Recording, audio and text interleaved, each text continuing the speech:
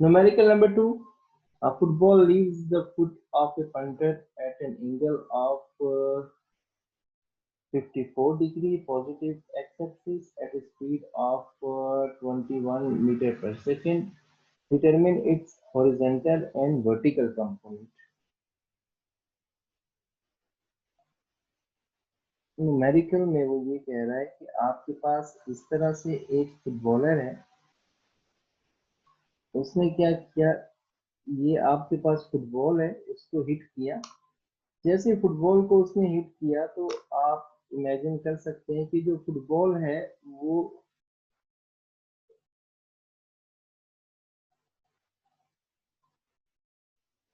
इस तरह से फॉर एग्जांपल गया होगा,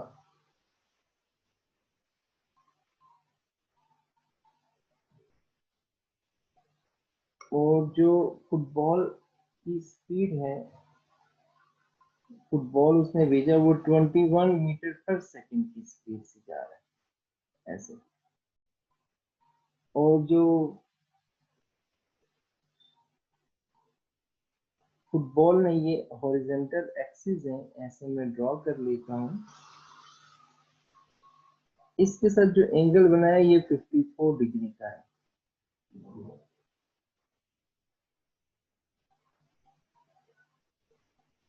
तो अब उसने पूछा है कि Vx किसके बराबर होगा, इसका x कंपोनेंट, और Vy किसके बराबर होगा, जो कि इसका वर्टिकल कंपोनेंट है। हमने क्या करना है कि मैं ये आपको बता देता हूँ कि हमने यहाँ से यहाँ तक इसका Vx भी कैलकुलेट करना है, और यहाँ से यहाँ तक जो इसका Vy कंपोनेंट है ना, वो भी कैलकुलेट।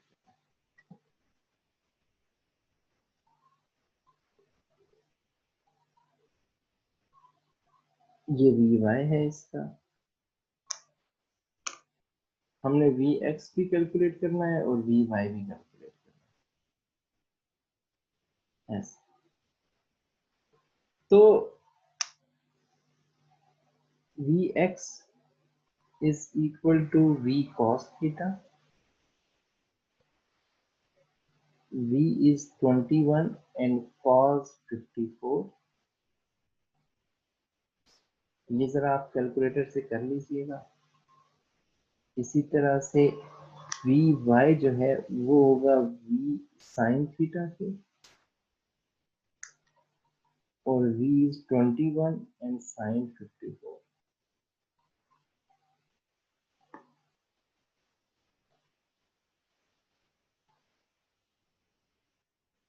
ठीक है, मैं बुक वाला लिख रहा हूँ, जो कि आपके पास 12 मीटर पर सेकेंड, और ये आपके पास है 17 मीटर पर सेकेंड।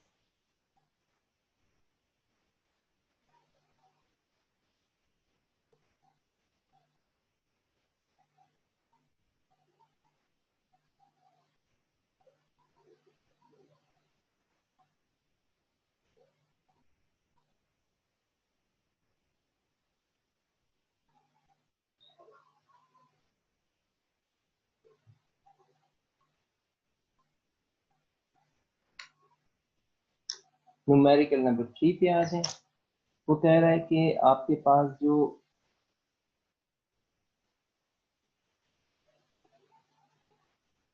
आपके पास 1.4 एक बैग है जो कि 1.84 केजी का है, वो किसी ने एक रस्सी के साथ लटकाया हुआ है, causing it to set by an angle of 3.50 degree, find the tension in the cross line। मैं जो इस क्वेश्चन को समझा हूँ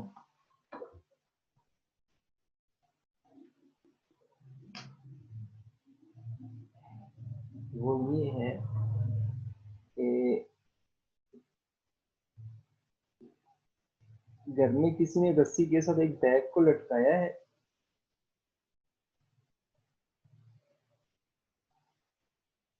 तो उससे वो, मैं ऐसे फॉर एग्जांपल बता दूं, मेरे हिसाब से ऐसे कोई रस्सी टाइप की कोई चीज है,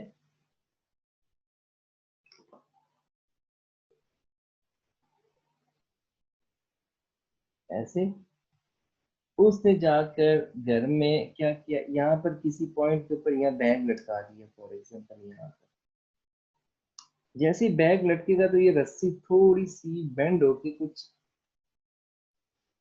इस तरह से बन जाएगी। जैसे ये बनी तो पहले इसकी जो पोजीशन थी ना, पहले जो इसकी पोजीशन थी वो यूं थी, अब उसकी पोजीशन कुछ इस तरह से हो गई है। यहाँ पर जो उसका एंगल बन रहा है ना, वो मेरे ख्याल में उसने बताया 3.50 डिग्री।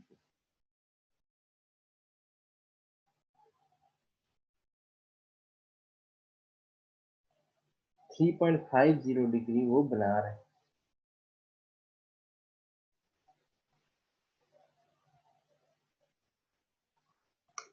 यहाँ से देखिए इसका वेट जो है ना वो नीचे की तरफ लग रहा है ना, तो इसमें जो टेंशन प्रोड्यूस होगी वो यूं मुड़ के और यूं मुड़ के प्रोड्यूस होगी, ऐसे।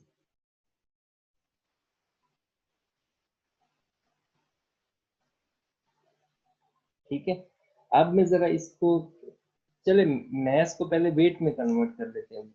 Mess weight is equal to mg होता है। मैस जो है वो 1.84 है और जी को मैं डायरेक्ट 10 लिख देता हूँ तो ये 18.4 हो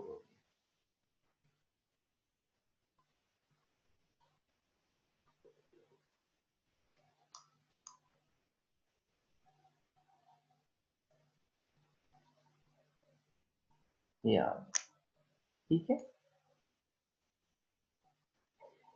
अब जरा जो सिचुएशन है वो कुछ इस तरह से है कि जो वेट है, वेट है वो यूं लग रहा है डायरेक्ट बैग का, और जो बैग की वजह से टेंशन क्रिएट हुई है वो कुछ एक इस तरह से टेंशन क्रिएट होगी रस्सी में, एक इस तरह से टेंशन क्रिएट होगी दोनों, क्योंकि रस्सी सेम है टेंशन सेम ही होगी ऑलमोस्ट।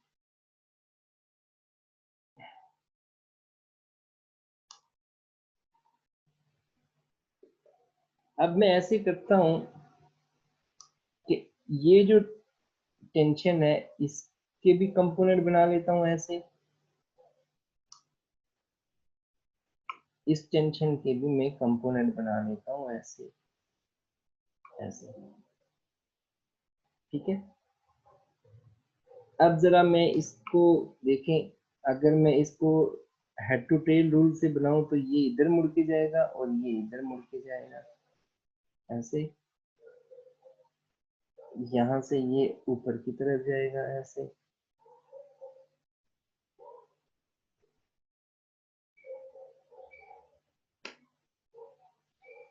समझ आ गई?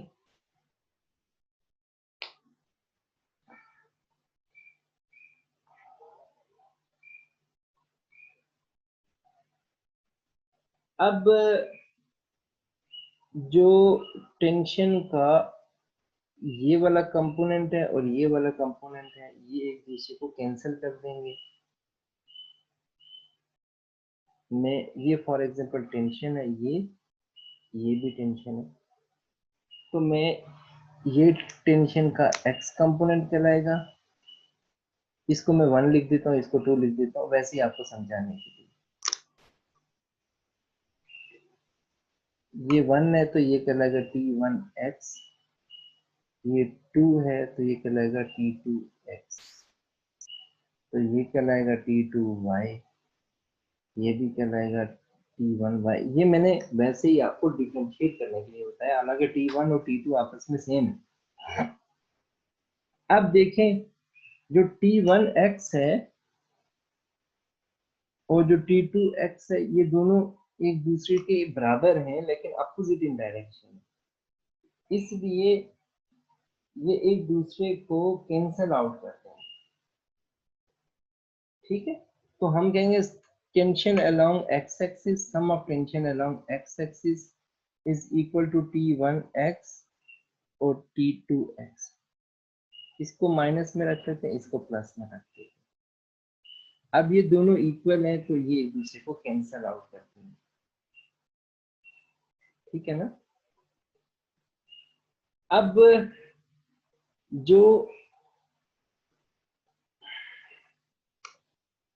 टेंशन अलोंग y एक्सिस है